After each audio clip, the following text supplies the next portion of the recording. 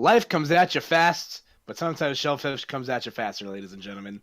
Welcome to another edition of the Gloves Off Podcasts, hosted by me, MHG Koopa. I'm the one opening the show this week. Variety is the spice of life, a wise man once told me. And I'm joined, once again, as always, by my partner in crime, the Abbott to my Costello, or something like that. Chris EX, what's up, buddy? Which one am I? My Abbott or Costello? You can be whichever one is buffer. All right. I mean, I did hear you mention something about spices, maybe a little bit Old Bay this week. Yeah. But we're not. We're actually joined by a special guest today who has not been on the show yet. That is true. So we reached out to. I looked into my list of people who I've wanted to have on the podcast, and also who were at Pound this weekend, because that is going to be one of the main topics we discuss today. And joining us, the voice of Waterbury, Connecticut, and a very good friend of mine who's let me sleep on his couch a numerous amounts of moments. It's Flashpoint GG Ajax. What's up, buddy? I've also let you hold the pug, the almighty Doodle. So you got to give praise to the Doodle. If you bring up the towers, you can't do that. Yeah. Shout out to, what's going on? Yeah, shout out to Chavo Towers and the almighty Doodle. That dog is a precious seed to behold. But yeah, we are all here today. And Chris, I'm gonna let you get back into the driver's seat. Yeah, man. That was most. I gotta be honest with you. I'm gonna let you open up the show every week. It's almost like it's almost like you're a professional commentator, and I just like it makes a lot of sense. I guess I'm a professional. Yeah, Please. man. Go figure. Professional is my father.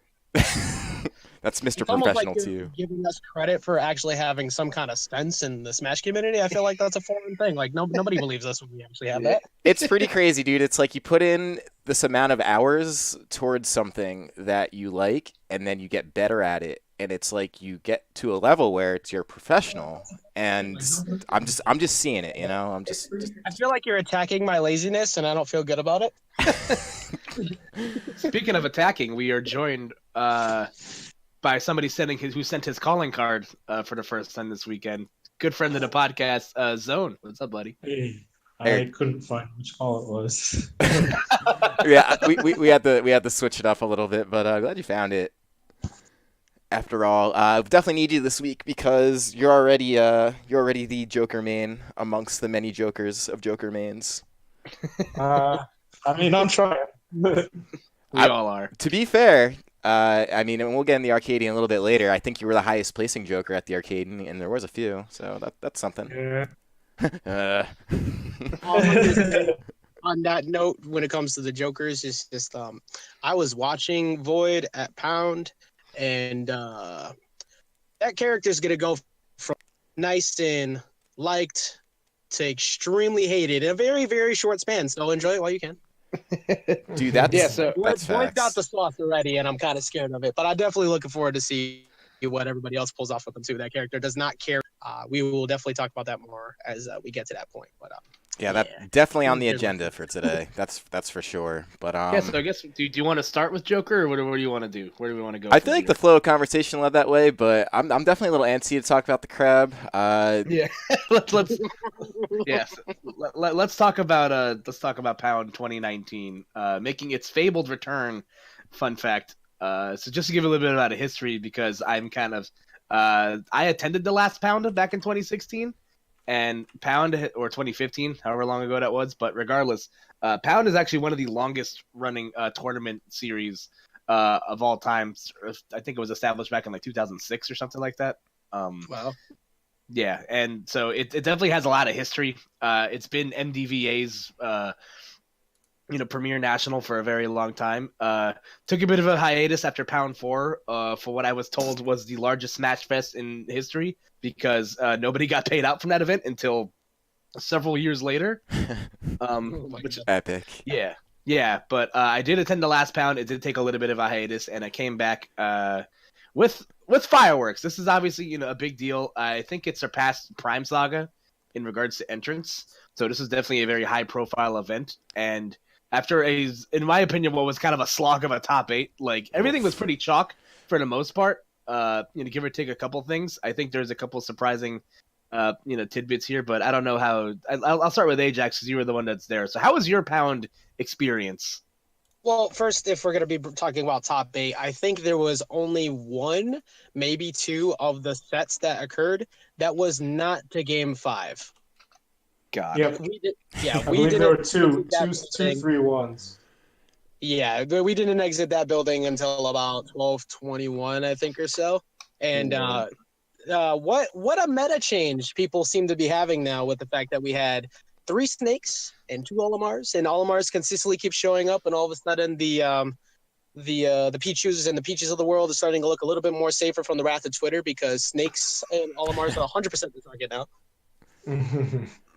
Yeah. But overall, though, it was actually quite an interesting top 8, and a lot of sets leading up to it. I'll get to that more in a minute. But what do you guys think overall of what you saw from like the viewer's perspective? What did Twitch chat look like in particular? I'll be honest with you. For me, I've never seen a Snake Ditto in this game, and my brain hurt watching that. I just saw shit flying all over the screen, and I was like, I'm overstimulated. Actually, jokes aside, on that, I'm glad we all got to watch Transformers 6 together. But I regularly get to cast the Snake Ditto down in up in the Connecticut area. We have had quite a few of those between Pelka, Mike Ray, Hincage, Captain Awesome Snake popping into the mix every once in a while when he doesn't want to play his villager. And it's actually kind of an entertaining match to watch depending on the pace of the snake. But that one was particularly like the Pelka and Salem set. War of Attrition is a nice way to put it. I'll just say that quite a few seats got up to go use the bathroom during that span. Yeah, that was definitely a break set without a doubt. Mm-hmm. Anytime Olimar or like multiple snakes were on the screen, I was like, you know what? Now's a good time to release my bladder. But yeah, I kind of felt the same way. So, I thought the top 8 was interesting. I know it was met with a lot of controversy. Nairo was eliminated early. MK Leo eliminated early. MK Leo. Yeah, so like a lot of like the people that you are the fan favorites, the people that everyone loves to watch, kind of ate shit and didn't make it to the big dance. Well, speaking of fan favorites on that regard too, there was the crowned hero of the day in Mars, who was making his way as far as he could, but unfortunately ran into that reverse 3-0 on Myron. Myron played extremely well. I won't ever take somebody's win away from him. He made some great adjustments. But you guys remember that thing that came up like a few months ago where 50 Cent bought out the first 4 rows from Ja Rule? Yeah. That's kind of what the first front 4 seats looked like after Mars lost. And I believe it was a drop of like 10K viewers. So it definitely the hero was knocked out and it changed a bit, but he had an excellent run throughout the tournament too. The only Northeast rep really that was remaining amongst that. So one thing I did notice. Speaking of, sorry, go ahead, Mezzy, because I was going to change this. I was going to say one of the 2 Olimars was a Northeast rep.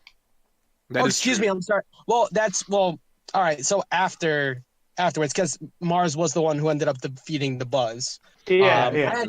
I actually like. I don't know how much other people feel about it, but I actually enjoy watching the Buzz's Olimar. Yeah, I like his Olimar because it doesn't seim like he's he's not really abusing like Olimar stuff. Contrary to popular belief, like the Buzz is actually really aggressive.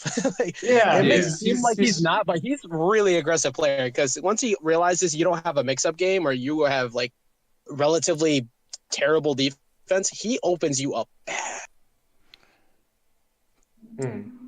Yeah, Omar.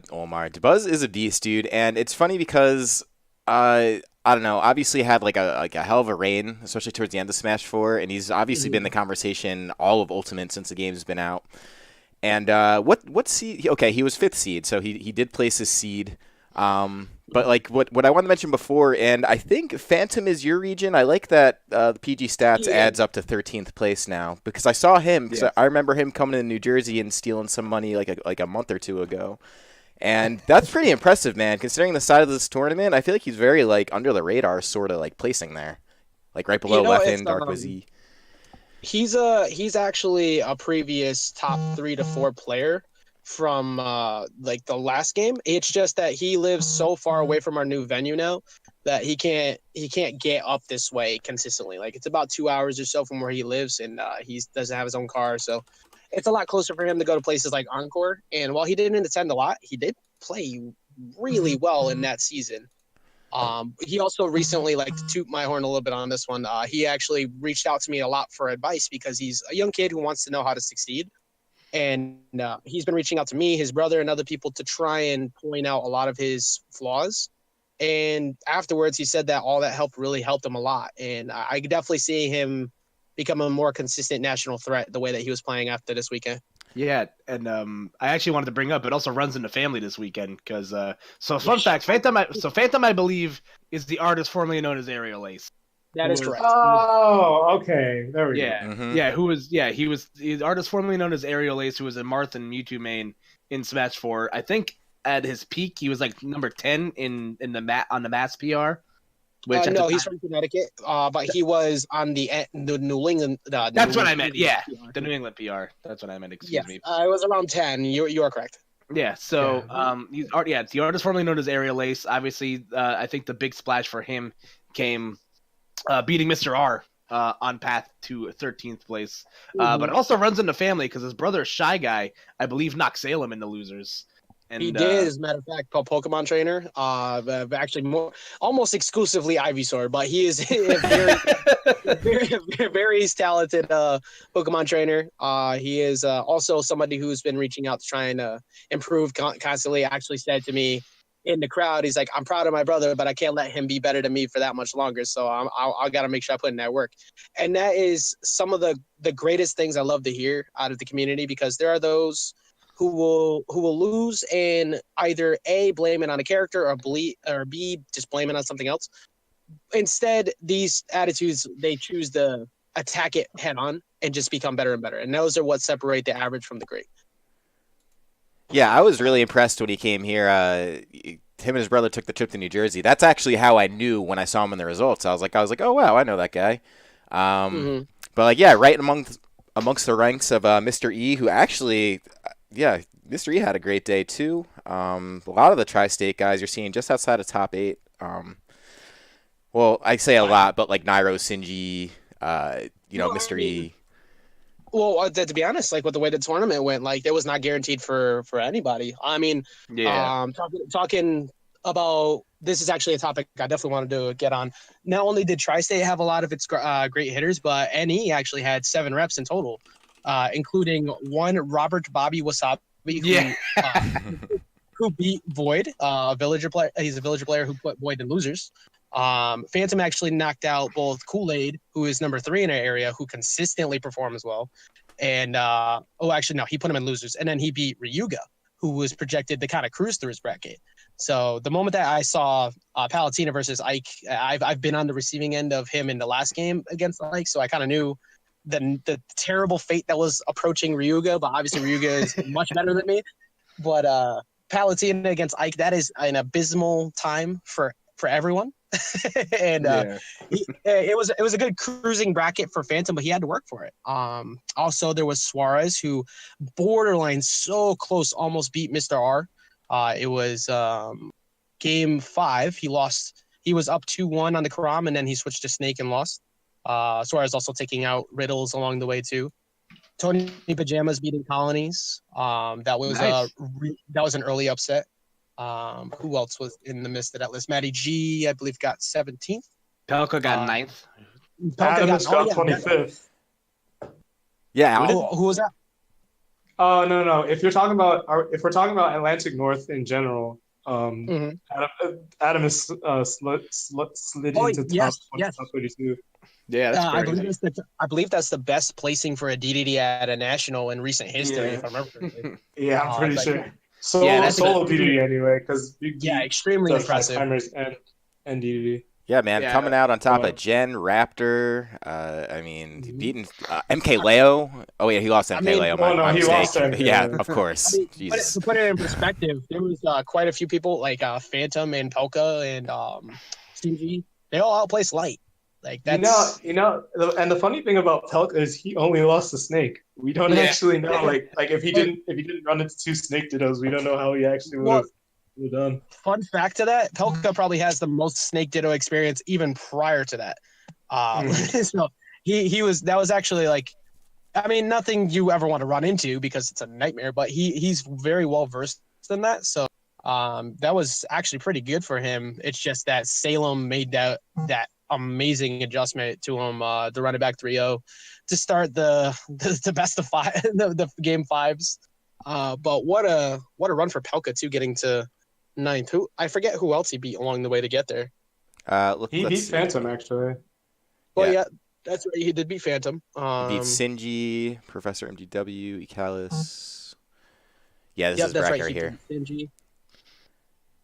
Yeah, which is honestly a great win. Sinji, what, you get 9th? Oh, yeah. Or 13th, whatever it was? He got 13th, I believe it was. Yes. Correct. Or no, he got 9th. There he is sitting there. Oh, okay. And he also beat Void, so he eliminated him for the tournament. So the Northeast definitely coming out strong here. And as you can tell by that top 8 graphic, I brought this up a couple weeks ago during the Summit podcast, and I want to get everybody's take on this. But like, I made a point where I feel like I'm not a big fan of top 8s when everything's a blowout. Like, I'm not a fan of just like straight 3-0s, like 3-1s and stuff like that. I like being able to see the chess game be played, which is a long set. And I don't know if that's because of the characters that were being played or because of like, just because it's a not exact. I don't want to like disrespect anybody by saying they're not like the cream of the crop, but there's a lot of people in there. It's just like, hey, how'd you get all the way up there or something like that? I mean, there was a lot of people playing out of their minds. I mean, there was a. I mean, we talked about our upsets, but you can't talk about upsets and not bring up JW from Canada. Exactly. Yeah. He was the one who got the ball rolling the first day. He was the one who beat. It was actually day 2, not even day 3, that he put MKLeo into losers, starting a little bit of controversy there where Leo decided to DQ himself and then pull himself back in. But that was. Wait, what? Oh, you didn't hear about that? No, I didn't actually. And so I won't touch too heavy on it because it was I went and got clarification and there was no matches played, but there was many valid viewpoints from other players saying if that was me, would I have been let back in? And it's a valid discussion because he was out of bracket for saying DQ for about 5 minutes, but they didn't officially like remove him. And then he said, no, I still want to play. And they let him play. It's whatever's whatever. But at the same time, you can't ignore what people brought up. It's like that's a very valid point. If somebody else said that and they're like, wait, hold on, I'm just emotional, can I get back in? If they started another match, that's it, they're done. Interesting. Yeah. This is the first I really heard of it. I don't know. I mostly got lost in the crab over the weekends, as you can see from this overlay. And I think everyone sort of did, but yeah, how are we going to transition there? Yeah, so I was going to say, like, at the end of the day, I thought this top 8 was very interesting. Ally is the epitome of, 95% sweat and the 5% luck, because there was like both his set against the Buzz and the last stock against Myron. Like, I hope the first thing he buys with that pound money is a lottery ticket, because because he's struck gold. Like, he reined it in. I compared it to when Hercules is like swimming to save Meg and like they're trying to cut a string and he like won't die. And when they try to cut the string is when he turns into a god. That's exactly what happened on those two spikes. He had along the way. Originally, he would have been playing light, but he had Daybreak instead, and Daybreak didn't seem as well versed in Ally's specific playstyle of Snake. Like, it seemed like Daybreak knew how to play the med, but Ally is a much more like attack button based Snake. Like, he likes to press the green button compared to some of the other ones. Yes. But he's I definitely didn't seem like he was prepared for that. And then you were right. He kind of cruised through the rest of his bracket there. Well, actually not completely, but he I believe it was it him or Salem that made Olimar look like it was never going to recover ever against the Buzz. I don't remember, to be honest with you. I think it was kind of that's right. Oh wait, no, that was in grand finals that he reverse 3-0'd. Oh yeah. That's right. Yeah, that was like almost 3 straight games of him taking a fair spike at like 40%. Mm-hmm. And then to close out the game, the entire tournament to seal it the exact same way. It was about 40% where he caught that fair spike. It's like Ally never stopped playing Mario, which is incredible. Yeah. So also bring up people who happen to have been spiked into the abyss, maybe not able to return, not really sure how things are going. So a certain somebody is a bit not very strong against Peach. Yeah. Quadruple eliminated by Peach. Oh my God, this yeah. weekend. Yeah, that's like the other 4 different times. Yeah, before Crabgate came out, that was the big story of the weekend. Yeah, he's kind of lucky about that.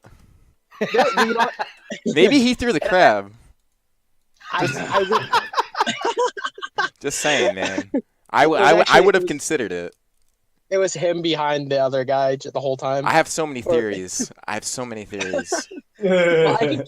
definitely be able to clarify them for you when we get to that. But I will say something. Outside of the absolute destruction that happened, this is the first weekend where I've really had like extensive conversations with ESAM, and I must say that amongst all people that I've seen lose in tournaments, I've never seen somebody hold L's with like out as in like any anger and just shake it off than ESAM. Like I give him credit in the fact that he, no matter what L he takes, it's like, all right, that's fine. I'm gonna come back and I'm gonna do it again. Like there's a lot of people who will get 10-1 and say, all right, you know what? I definitely am officially retired. This is not. I didn't want to play. I didn't want to play today anyway. Because this was, was this day 1? Was this on Friday? Yeah. Friday night. God. Friday was the day 1 at night. Yes. Sure. What a way to like go into your weekend. I have to agree with you on that. That can't really be easy mentality wise, especially considering what was it, a 10-1 victory, first to 10. Yeah. Feels bad. Man. He was eliminated by Sam Soren's squad strike, and then he was beaten, and I believe winners against Sam Sora, and then in losers he lost to mutation winners. Oh, it's mutate, also right? Peach, and then in losers, he lost to Ling Ling. So, oh my God, dude. Yeah, I've seen that matchup played before, and I was like, all right, maybe it's ESAM. Like, hey, he's been getting sauce, but like he could probably like maybe get some games in his 10-1 or something. No, that matchup sucks. Yeah, apparently. It's if the best Pikachu in the world is having problems with that, like that's there's definitely an obvious reason to it. It could also just be, it's a personal weakness in the matchup, but like I said before, he still keeps going at it regardless. And yeah, I give some praise to that. That's not something you see very often. So yeah, while we're giving out praises, I do want to take a step back and say, like, first of all, Ally winning this tournament in general, like it's like back in Brawl days, is pretty crazy. This is an A-tier PGR event, and I don't know, what are Ally's other results at this point? I believe I saw something that said at the last pound he got like second, and then the one prior to that was pretty close to the top 2, and then he closed it out when they finally bring it back. So that's something. He's got to think about. He's like the epitome of veteran in this game as well. So, and it's funny you mentioned that because Mars also got third at the last pound. Oh yeah, that's true. He did. That was kind of like that was like his and Tweak's like coming out party like back in 2016. Yeah, that was actually that's something that Mars brought up as well, and both Light and Mars were talking about the fact that their peak performances so far back to back was Prime Saga and Pound, both losing to an Olimar. It's like that character's good or something. Yeah. Yeah, but before we move on to other things, I am gonna give my shout outs to Mars like properly. Like he played out of his gourd. Like he played up to. Oh yeah. He actually brought up today like what his in-game tag stands for, and it stands for one of my favorite characters in the anime Haikyuu, where the character is known for like just being a guest monster, where he just like assumes that somebody's gonna be somewhere, and then he like fucks you up for it. And he played like out of his fucking mind, and like. Not only just with ZSS, he was able to sneak Mega Man into the graphic really quick after a couple of games on MVD. He's Mega Man's cool. Yeah, and unfortunately, he was on the wrong receiving end of a reverse Rio, which was a trend that we saw a lot of. But I thought the top 8, despite the length, was a lot of fun to watch. It was very interesting, and yeah, it was a lot of back and forth. A lot of back and forth. Nothing was asleep, and that's interesting. No, there were definitely some. There were some bodies that were asleep. I'll tell you that, but it was overall. It's like Koopa said before. I'm never against like war of attrition on occasion because I like to see the real meticulous small gameplay that forces people to be that much smarter than the other. Because holding forward is one thing, but actually being able to bait people's movement consistently for that long, that's really hard to do. Yeah, I mean that's true. That's like a huge mental focus, and that's like a long day, especially at like a multiple day tournament where you're kind of climbing a bracket and stuff. Like it is. It really is. It's a reason why that's kind of what separates the top echelon from the lower echelon. But I mean, that's called being a professional. But I just want to talk about how maybe the Pound series might be a little bit scripted or something. All I'm gonna say is like Melee, kind of on its. I'm gonna pardon every single pun that comes out of my mouth. Melee's on its last legs completely. I mean, we're in Maryland here. VG Boot Camp's like the conglomerate. What better way to bring interest back to Melee than to throw a fucking crab on the stage? Plant that shit in the audience and just heave ho, man. Give it the yeet. And then, like, Hungry Box, like this poor guy, like, coming out doing all this crazy Melee stuff and, like, tilting everyone with Jigglypuff on the receiving end. Like, it's too perfect. Like it's just like, man, how can we make this interesting or a story? And sure enough, dude, they end up with ESPN articles, obviously. They end up with all kinds of things. Like it's the perfect crime. And your tinfoil hat is on tight, my friend. Dude, I've wanted to meme about this ever since Sunday. So all right, so tell me the actual story though. I'm definitely ready. So I mean I don't think it's scripted, but here's my thing. This game is rated E for everyone, right? But apparently it's rated for R for really stupid. Like, who the hell throws a crab? What the hell's wrong with you? Well, I don't. Who in the right mind brings an entire whole crab? Like, it couldn't have been in the bags because there was active bag checks going on. Like, I know that's been brought up a lot, but I was every single time I stepped in and out of that venue, there was somebody actively checking my bags, checking my pockets, and I was moving stuff out of the way. So it's like, if somebody let that through, I don't know how common that is in Maryland, but maybe I should probably not be around as much. But but either that or somebody snuck that in like a pocket or something, or places I don't want to know. Because who in the hell thinks, you know what, today I'm gonna throw a fucking crab at Hungry Box? It's the thing. This is like the epitome of the like quote unquote you hate to see it, because like Hungry Box obviously very emotional, coming over a win over Mango. Obviously Pound being like a massive tournament, something now with like a storied history. And I want to comment on this a little bit later. Basically, like I guess this was like Gimmer's first event where he like kind of did a lot of the head organizing himself, which is really cool. And you could see how tired he was afterward if you saw him come on after top 8. And I'm just thinking to myself, like, man, what crazy thing can happen like when you're already losing your mind from an event than someone having like a crab thrown on stage when you're like half dead and asleep from like organizing the event. I just thought like the whole thing was so crazy. I mean, obviously it makes sense because it's in Maryland and like seafood and crabs in Maryland is like is the wave. But like, oh man, it's also like, I hate that I find it so funny. Like I gotta. There are a lot of people that found it funny. Well, the problem is like, okay, here I'm gonna do it right now. I'm just gonna type in Twitter search here, Pound Crab. Let's see what we get here. Oh, good. Here's a Luigi crab. Here's obviously more clips of the. Here's the actual crab. Look at that. There's the guy. There's the culprit. Took a picture of it on a chair before it even went up. Yeah. There's a tweet from somebody that saw it before it was tossed. Yeah, I want to see it on the chair. That's actually what I'm looking for. But it just like look at this. It's crazy. Here's like as we're perusing. Look, there's stages, custom stages. Wild, dude. All right, so as we're perusing this part of Twitter, I'm gonna get my 2 cents in here.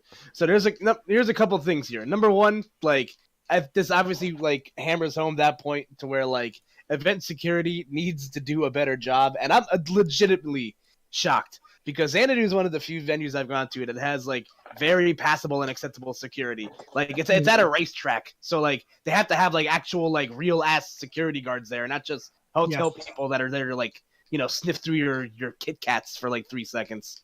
Like Yeah. they have like real ass security there, and the fact that somebody was able to get a raw fucking crustacean like into the venue like blows my fucking mind. Like it like hammers home the point that like, okay, like something needs to change about event security, but it's also fucking hilarious because it's like, bro, it's a crab.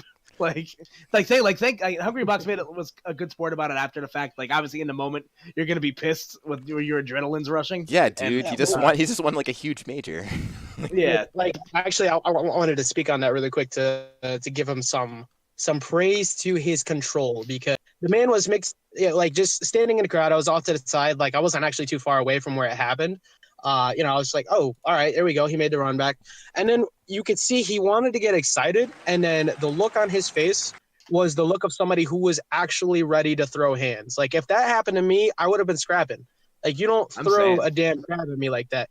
And then afterwards, like you could see the tears on his face from like both the fact that he just won and people didn't like it, just somebody threw it at him, but also like what do I have to do to get respected type feel. Like I've been doing so much, and then this is what happens, and like what is this worth it? Like he was a good sport about it after, but you could see the angst and pain in him in that moment, and I actually felt for him heavy when I saw it. I was like, you know what would it feel like to have like your greatest achievement that you've been doing across your life come to the point where you're being threatened with physical harm from freaking flying crustaceans? By the way, just pointing it out there, Northeastern events at New England, Nomads, we are a crustacean flying free zone. We promise you that your lobsters that you order from the bar and or crabs will not be thrown at you on stream. This is a policy we have had to unfortunately put in place. We were hoping this wouldn't happen. We are also going to ban other things such as silly putty, maybe plastic bricks, because apparently people are getting creative because they don't want to throw rocks. They want to throw shit that just doesn't make any goddamn sense. Yeah, like I think if there's one thing that like stands home to me is that it's very lonely at the top, and like obviously Hungry Box is like it just doesn't look fun to him anymore. Like I think he's definitely, but it's such as the double-edged sword of being successful in esports. Mm-hmm. And like I said, he was at least like a good sport about it after the fact, because he even said, he's like, listen, like it could have been a lot worse. Like it could have been a fucking rock or like a chair. And he even said it himself. He's like, if it means me getting like a lesser like part of the pot, then like I'm all for like better security. But now we can all kind of laugh about it and just be like, bro, where the fuck did that guy get a crab from? Dude, very, very iconic in Maryland. I'm trying to think what they would throw in Jersey. I guess Taylor Ham. Oh, dude, Taylor Ham. I was gonna say tomatoes, but that's a little bit too That's a little too meta for me. Yeah, that's too easy. They'd expect tomatoes. Yeah. Nobody would expect a whole ass like deli sized like thing of Taylor Ham to be chucked at the mid tournament. I just want to take another step back now and be like, yo, this is an ESPN article, BT Dub, because somebody got paid. Like several people got paid. Jacob Wolf did. Check this guy out. Look, see. Just writing about the crab, and it's easy pickings. This podcast has the fucking overlay as a crab. Like it's crazy when you think about the events like this. And now I'm gonna get back to the Gimmer stuff. So it's crazy when you think about events like this, the amount of effort and just everything that goes into them, and it's just like it's a lot. It's a lot of people management, just a lot of just everything management. And you got people from all over the place trying to, they're hitting you up about seating, which we could kind of talk about that for a minute after this.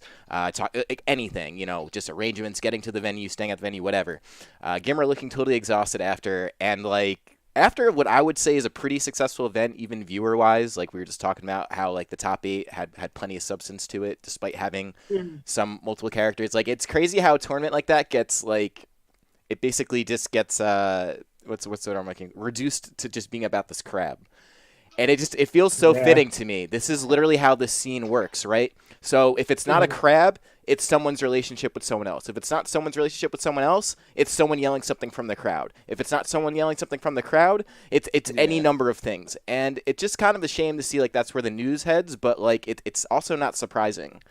This is how actual mass media works, You take the sensationalist article, it brings in a few new fans and viewers. Maybe one or two of them might find the actual substance interesting beyond it, but for the most part, turned into a flash in the pan, hence the ridiculous conspiracy theory that I opened up the conversation with. Yeah. No, go ahead.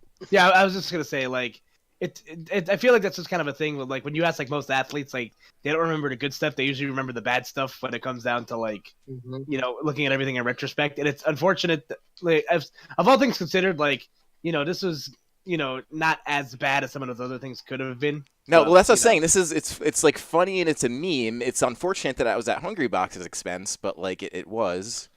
And it's just sort of like I don't know, man. Like part of me doesn't mind it, and the other part of me is just like, all right, can we just like have this turn into an actual interesting thing within itself? I actually I've been thinking about this a lot recently. You bringing up the exact point, and Koopa hitting it right on the nail with the whole like you remember the bad versus the good way more. That's how news sells. But I think a part of it is that we're finally, as an industry, starting to, or at least we've all been grassroots for a long time, and it's a big unfamiliarity for the general mass and like our viewers to find this as a fully serious thing so far. Like people are getting used to it, but we really don't have that League of Legends or that Call of Duty League or that hour. Like we don't have that yet. We don't have that extreme level of professionalism that we are working towards on each event that we put out. And then it gets overshadowed from all the hard work on stuff like this because our scene isn't used to it yet. But I agree, just constantly seeing these negative situations like, the yelling or the relationship, which nobody should be paying attention to anyways. That's their own business. And then, like the crab, it really takes away from the hard work that a lot of people have put in over the time. Like it kind of pointing out to what I said about Hungry Box. I agree with what you said about Gimmer. Like Gimmer put in all this time, and to have this entire event basically just be talked about via a crab it's a shame.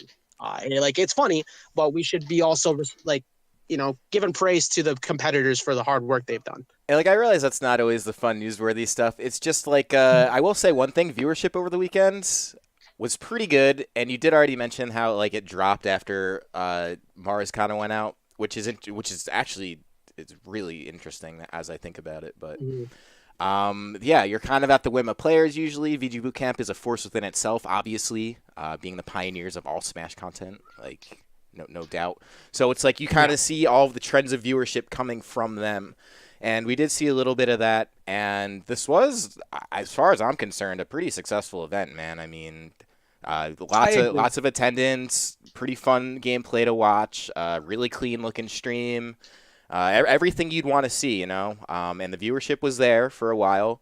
And it is hard to know. Yeah, dude, it was good the whole weekend. I was going to say very nice original content as well. Like VGC always delivers with that kind of stuff. Yeah, they get better every event. It's no question. So yeah, I was just gonna say I've worked with VG like a multitude of times, and I always have a great time every time I go there. And it's a shame that like just got kind of like bogged down by an unfortunate crustacean incident. But they'll rebound. I'm sure there'll be I'm sure they'll find a way to poke fun at it at the next glitch in September. So for sure there will probably be a Sebastian round robin at some point, but. To touch a little bit more base, just as we kind of come up to a close towards the end of the topic, it was my first time being at that venue. I have never been to a Xanadu before, as I've progressively been traveling more and more, being a little bit more committed to the scene and here, wanted to be more a part of it. I had a wonderful time. I thought that the venue was amazing. That is the best venue I've been to so far.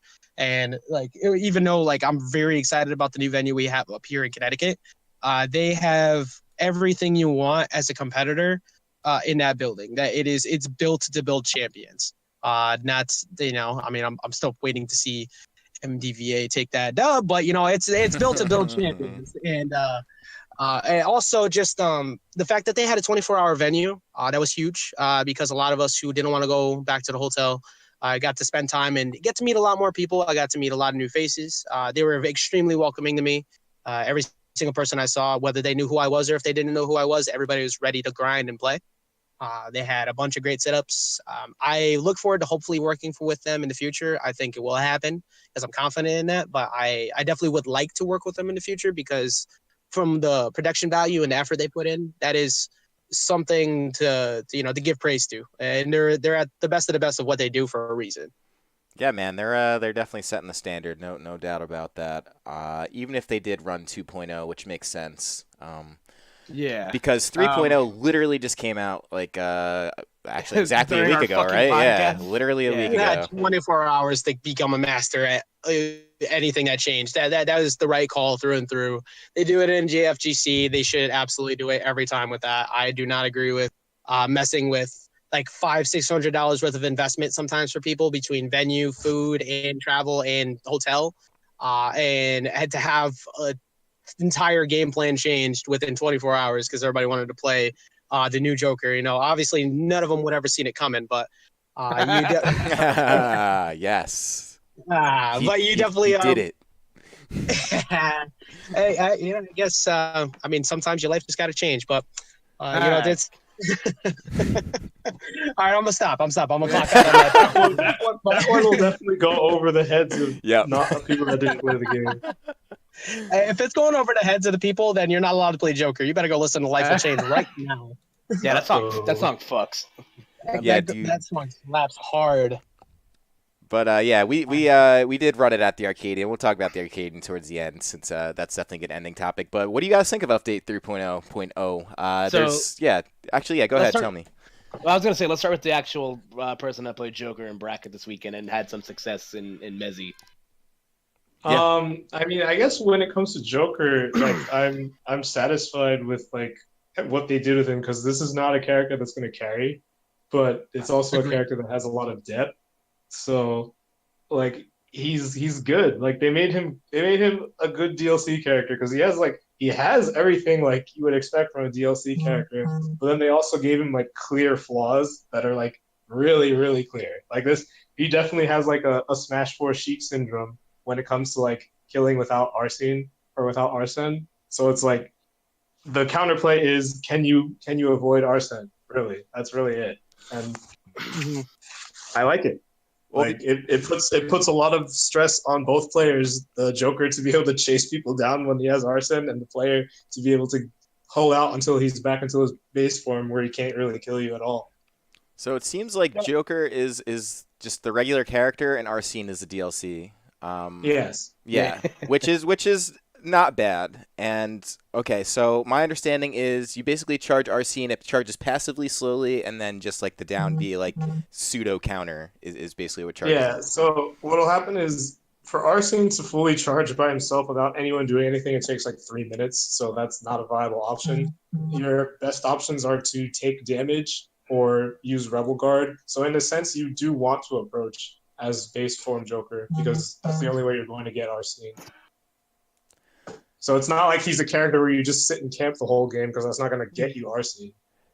Yeah, and I think like I've only played like a handful. I've played like a little bit of Persona, and if there's one thing that like I've really liked what Smash has done with these like guest characters, is that they make them feel really like true to their franchise. And Joker, like Mezzi said, like he's definitely a character you're gonna have to sweat a little bit to use. He's not like an easy baked DLC character, which I think was something I was legitimately a little bit afraid of. And we did talk about this, I think, on a podcast episode in the past, where we're just like, we've seen how a lot of the newcomers in this game are like literally some of the most balanced characters like in Smash, because they all have fantastic. I think it was Mezzi that made this point even, but that was like all these characters have like one or two like really good things about them, but their disadvantages are very apparent. And I think this is the first test with Joker. Obviously, things can change, and life will change with these updates. Real quick, I do have to get ready to step off in a few because I have to return to the FTC related things going on here at the venue. Tell us about Joker. What do you think about Joker? And then we'll have to do your sign out.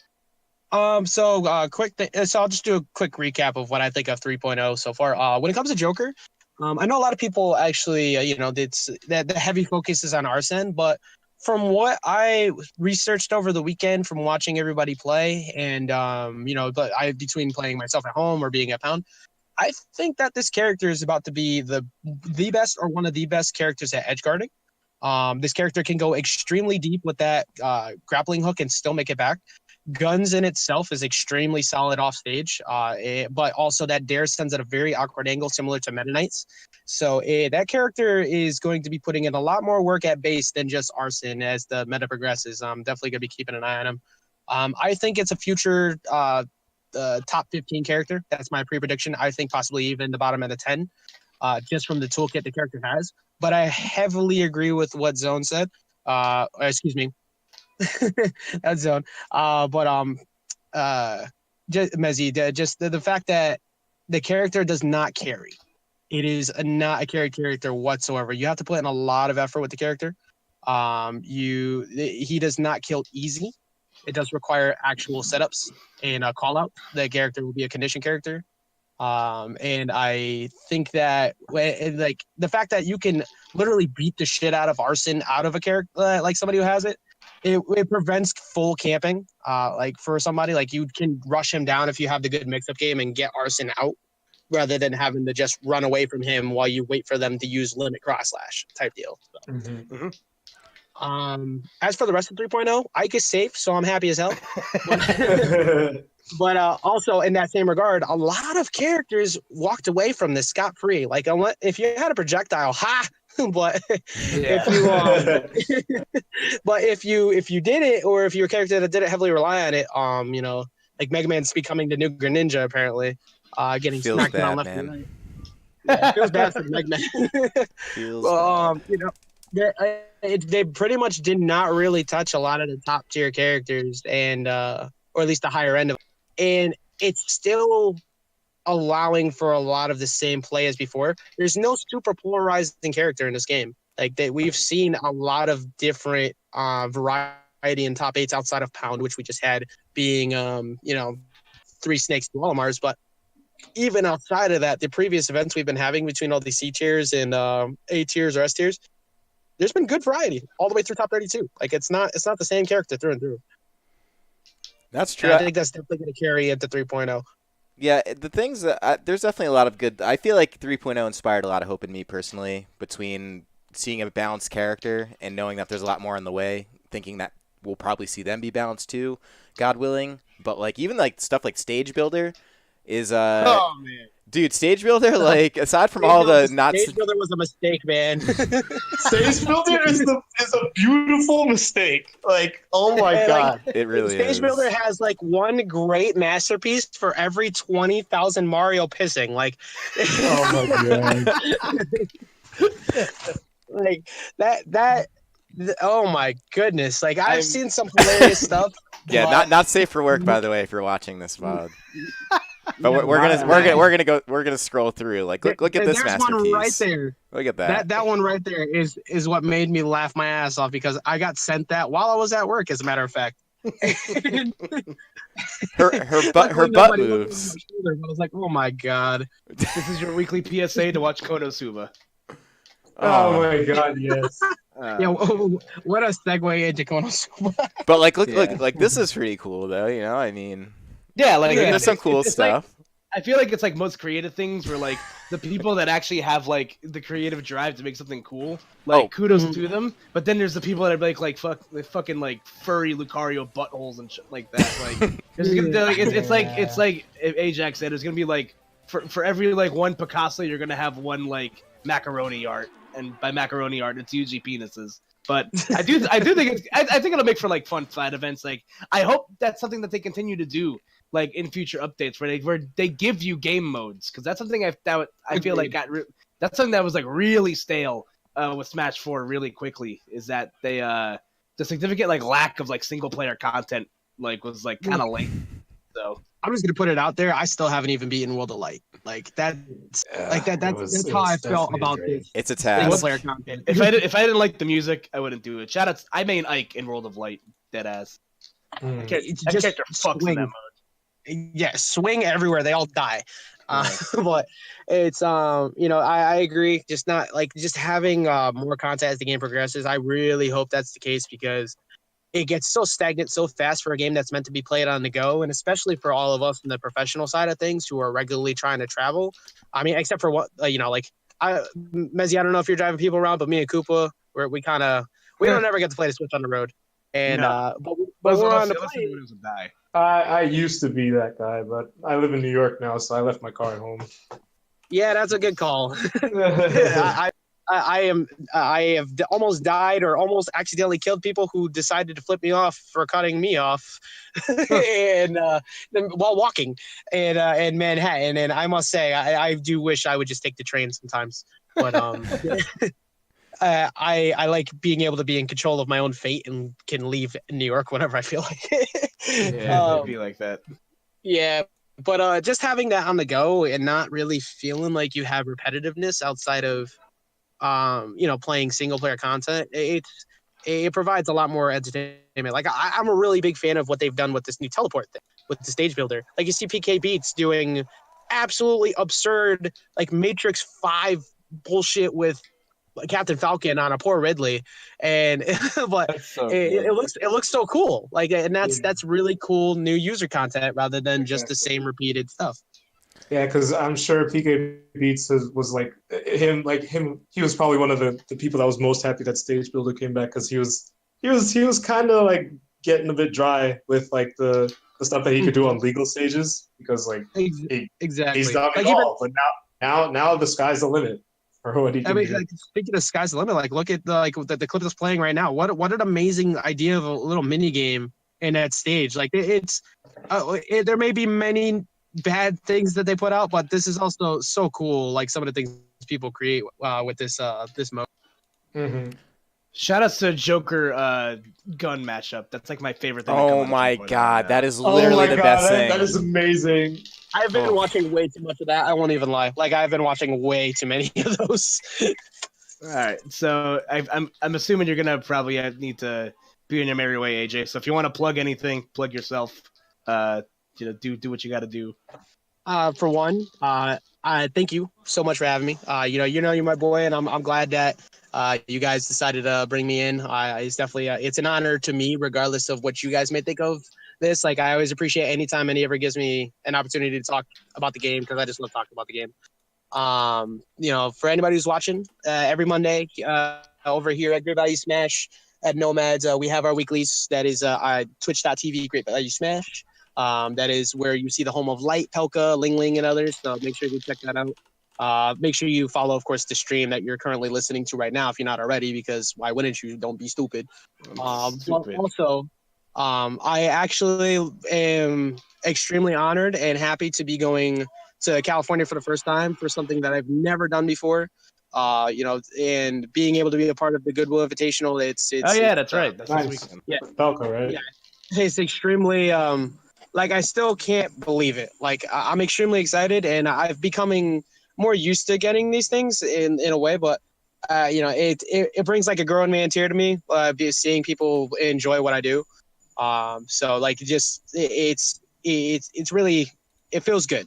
I can't even put it into words. If anybody's listening, please be sure to check out the Goodwill event. Donate to any of the side events that'll be happening, and they're unlockable events. It all goes to a good cause. It's going to go to the Veterans Association of Orange County, as well as into research and physical therapy. For somebody who's torn his ACL in the past, it is definitely something that is needed. Oh Trust god. that was I got large at one point due to that. In World of Warcraft, that wasn't just an injury, but it was it's definitely something that is for a good cause, and be sure to check that out if you can. I would definitely be happy to do this again sometime. Dude, anytime. come back anytime. Like actually. I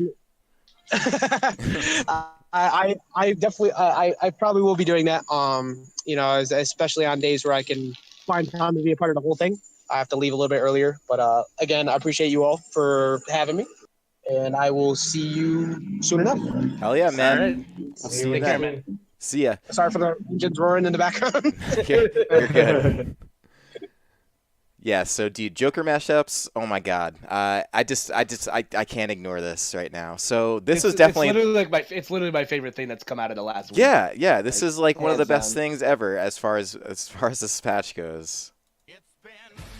Like that's what I think the thing that is most creative to me is that everybody's constantly trying to find ways to like spice up the content, and like we got something like intentionally that'll not only like boost streams and make side events a lot more interesting at nationals, but something completely like unintentional, which is just 120 beats per second songs being played while Joker shoots a gun. Like it's just so fucking funny. Like every single one I've watched, They're all good. Like there's some Like, oh my actual God. classics too. Like there, I think there was a Rickroll in there. There was Gwen Stefani.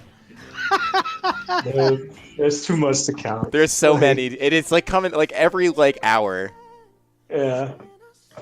Yeah, like don't whoever is running that account, don't stop, please. But yeah, so you're a hero for real. Yeah, so we did have Joker legal at this weekend's Arcadian, which is I think is what we're going to close out the podcast with this week, I believe. Yeah, that sounds good to me. I kind of just wanted to bring up Arcadians in general, especially because this past one really exceeded expectations. It was a New Jersey only event, which in itself like seemed weird, but the reason we did it was just because we didn't know what other PRs are out, and it's funny because I believe the New York PR came out the day of the Arcadian. Day of, So it ended up being a good choice, but for our purposes, we did run NJ only, and we went past cap. We hit 133 entrants, which means that there is actually 133 people within the state. That doesn't include the top 15.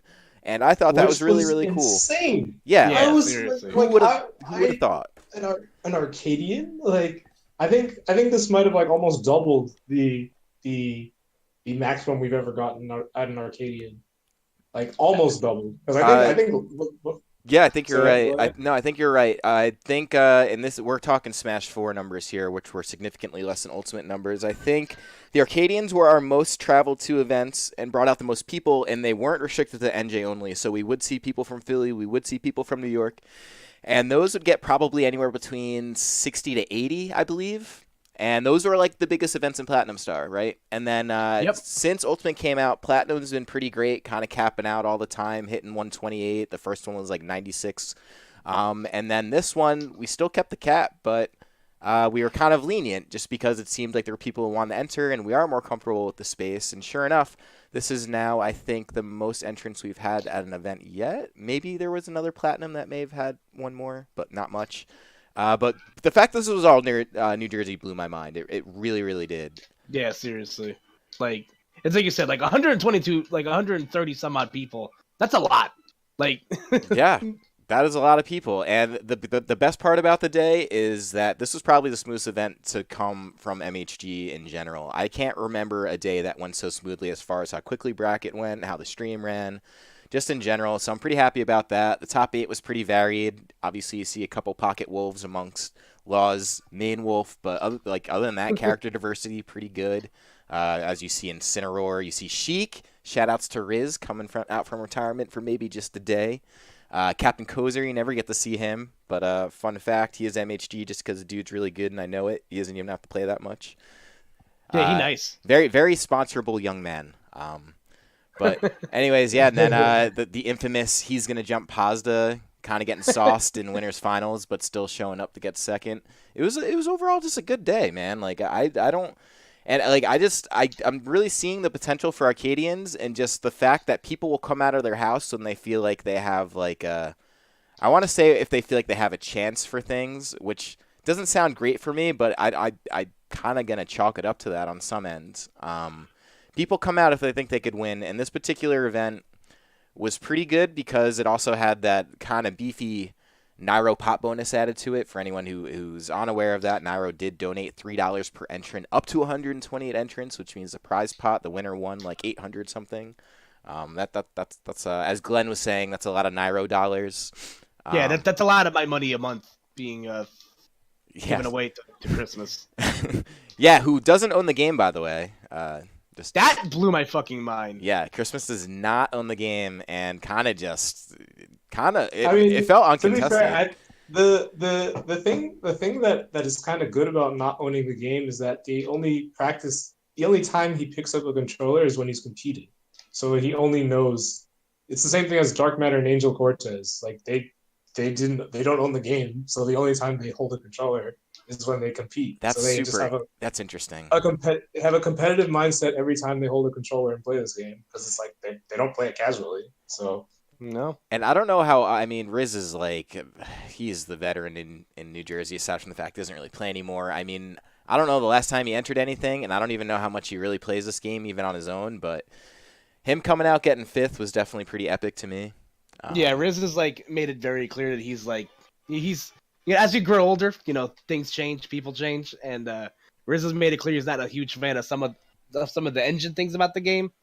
But nonetheless, he'll still like come around, just like hang out. But being able to see him compete and like still be able to put the work in, was very interesting. And also everybody getting to see what people like me that are really good close friends with Riz get to see every day is that he's lost a fuck ton of weight. Dude, he looks incredible. Like look at this guy, dude. Like especially compared to like what he was coming from. I think what do you say? He lost 100 pounds. Yeah, he's like well over 100 pounds at this point. Oh my god, dude, that's amazing. That's like a I don't know. That's a massive success story, and really shout outs to Riz. I'm a huge like everyone else is. I'm a huge fan of Riz, so I was really happy to see him there. If you don't like Riz, you're a cop. Yeah, that's true, man. Riz is the best, and Riz another one on the Joker bandwagon. Although he didn't use him this tournament, probably because he just doesn't know how to use him yet. But we did see Sheik, which is a character we never see. Riz says he's not going to use Joker until a top player figures him out. Makes sense to me. Take the notes from there. No reason to reinvent copy the wheel. Copy someone else's homework. Just make it look different than yours. Well, I think it's probably because like again, this is a character that's like he's not going to carry. I honestly am like low key upset because I kind of wanted Joker to carry me, but like since he's not, like I'm just going to stick with it. Understandable. Hey man, you still have 4 more chances between now and next February to. That's true, and then you get more chances after that, and probably more chances after that, and probably even more chances after that if the trend looks like it's going to stick, and it kind of does. Yeah, I don't think we're only getting 5 DLC. This is pack number 1. They literally label it number 1. Number 1. So that implies at least a number 2, but to me probably more. I don't know, man. It's like. If Nintendo's smart, they'll like obviously capitalize on the fact that a lot of people want, will pay and like wait in purgatory for as long as humanly possible to download their characters. Because I don't know about you guys, I waited for a hot 4 hours before my download finally completed. I didn't get it till after midnight, so I hear you. Yeah, like fun fact, like I actually got baited because I ended up buying the Challenger pack like that afternoon because I hadn't bought it yet. So like when I turned on my Switch after the update like supposedly went live, I got like the updated DLC or like downloadable content added like notification, and then when I turned on my Switch, I ended up getting it was just for the Rex costumes. Oh man! And I was like, damn it! I got like so fucking excited. I'm just like, oh shit! Oh god! This is embarrassing. Speaking of Rex and Xenoblade, one of my favorite things is one of my favorite memes is the "What a bunch of jokers." Yeah, that's so good. It's so good, man. That's another one of my favorite things to come out of 3.0.0. But yeah, this patch really did inspire a lot of me. Seeing all the, I don't want to digress from the Arcadians, but seeing all the stuff that they're just adding in from game modes to just like balance characters, very excited. And it'll be interesting to see what happens when we let everybody enter, and other people that have been playing Joker. So that was gonna with that sentiment. That's what I wanted to ask you guys. So what do you think about state-only Arcadians, and what do you think about Arcadians in the future? Like I know we've done some weird rules in Smash 4 where it's like only the top 5 of your PR can enter or can't enter, but like the other ones can because like region... No, I think it's just.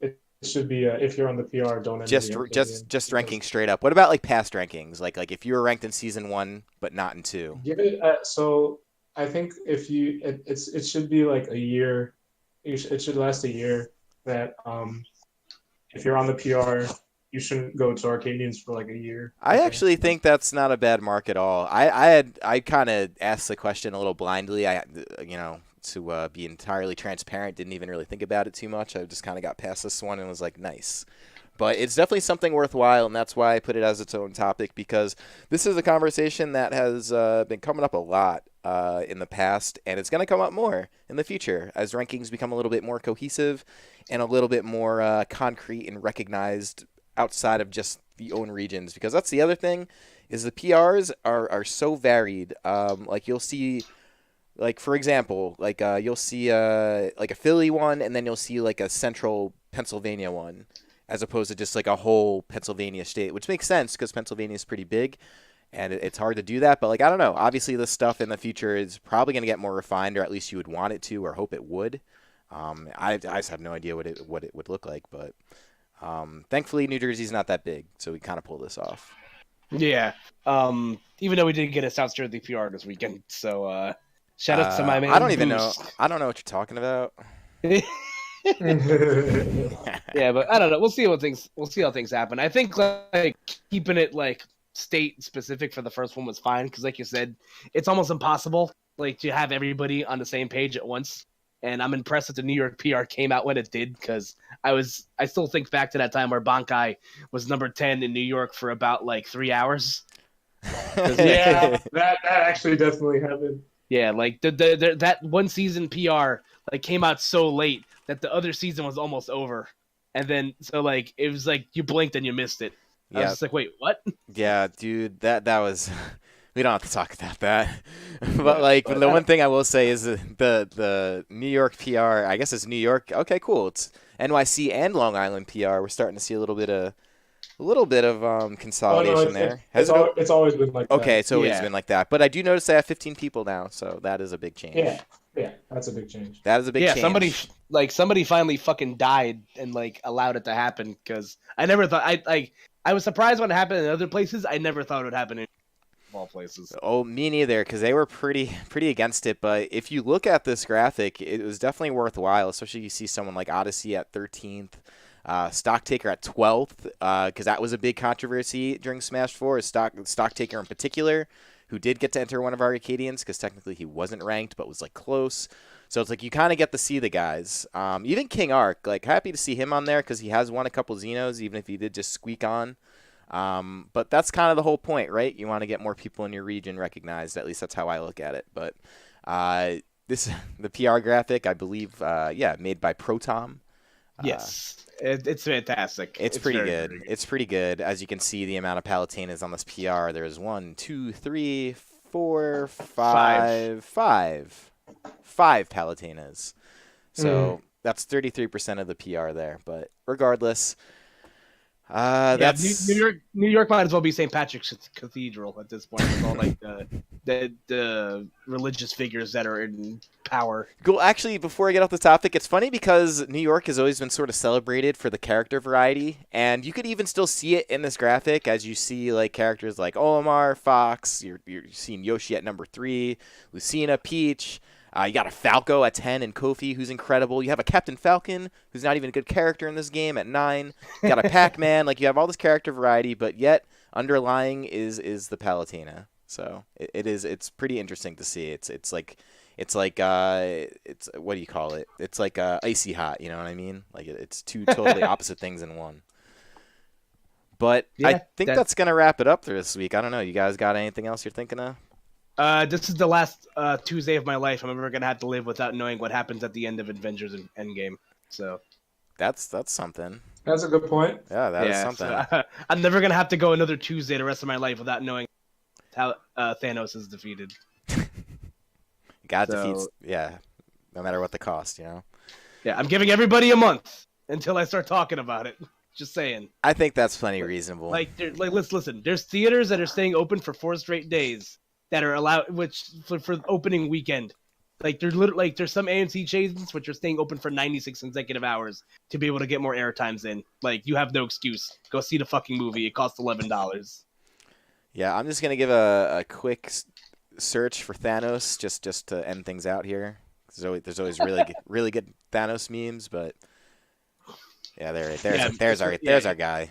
Yeah, my advice for this week is if you plan on seeing this movie, get off. It's like shut down your social media for like the next 3 days because I think the movie premiered last night in LA. I think screenings are starting as early as tomorrow. So if you want to go in fresh like me, nuke your Twitters. Oh, look at this! Look at this relevant tweet to pop up. Nice little Smash Thanos hybrid there. Some stage builder. What a great way to end out. That's amazing. And well, another way that we can end out, I just wanted to mention that Wishes and Buzz are about to play in grand finals of the Fandom Weekly. Whoa. Whoever wins gets 1,200, and whoever loses gets 600. Holy. It's that Wi-Fi weekly that they're doing. Holy, dude. Let's yeah. Okay. That's crazy. Yeah, look, and it looks like he's streaming it. So if you guys want to check that out, I'll probably even go ahead and raid Witches. Because you guys should definitely check that out. Those are definitely two of the homies in the area, two of the very good, well-known players, and it looks like he's waiting for the next match. So, yeah, that's going to be our show, though. So, I don't know, do we want to do anything with shout-outs, or did we do a lot of shout-outs today? What do you think? I think we did a lot of shout-outs today. We did a lot of shout-outs everything today. that happened at Pound. We talked about the Arcadian placers. Yep, the PR. Or, I'm sorry, the New York PR, excuse me. Who'll die? Captain. All right, we'll do this. Who's gonna die? Captain America or Iron Man? Iron Man, probably. I don't know. Wait, isn't Iron Man already like? Oh, okay, I'm not gonna go into that. Yeah, because I don't know. I sort of think I don't know. I totally see Captain America biting it, but The correct answer is clearly Spider-Man. Oh wait, there's a movie coming out in July, but yeah, I can't. Yeah. Yeah. So if we're not gonna do shoutouts, we can plug. As there's one thing I'm gonna plug this weekend. It's the collegiate championships that's happening in Atlantic City. Oh yes. I will be in attendance, so if you're in the area, come say hi. We'll get a drink together or something. That's Okay. awesome. I unfortunately there's also going to be a bracket held there for $5,000 pot for only high school and college students. Whoa. And you know that Justin entered. So Whoa, that's so cool. I Yeah. can't believe Justin just won all that money. he might actually, well, at least in this area, he's probably like the best youngin. Like, Dude, yeah. I would. Because I think James technically can enter because he is technically in college. Technically, We'll see what happens. Wow, Yeah, that it is should be- something.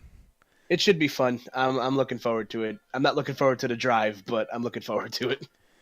Yep. So, yeah, that's going to do it. And then if you guys are enjoying this podcast, and I really hope you are, especially if you're still listening to this point towards the end, then I'm going to go ahead and say you are. If you aren't following the Twitch or the YouTube or checking out these VODs on the weekly, please do that. Leave the thumbs up. Leave a comment, honestly. The comments they do go a long way. Makes the page look a lot more active, helps with the analytics, help us get seen a little bit more outside of just the little bubble that we have here. And then buddy. if you enjoy just the personalities here, go ahead and follow us on Twitter. You could follow me at CSantosZX. You could follow the channel at Masterhand Games. You can follow Koopa at KoopaNJ and Zone at Zone1P. Follow all of us. Follow all the things. Again, this is all very grassroots, so really all the support does help. We are trying to branch out into other things. We are trying to get a little bit of a bigger name for ourselves, but these are the humble beginnings. So with all that, that is going to be tonight's show. I'm going to go ahead and raid Wishes right now, so the few of you can check him out. And aside from that, we'll catch you next week. Whatever it takes. Whatever it takes.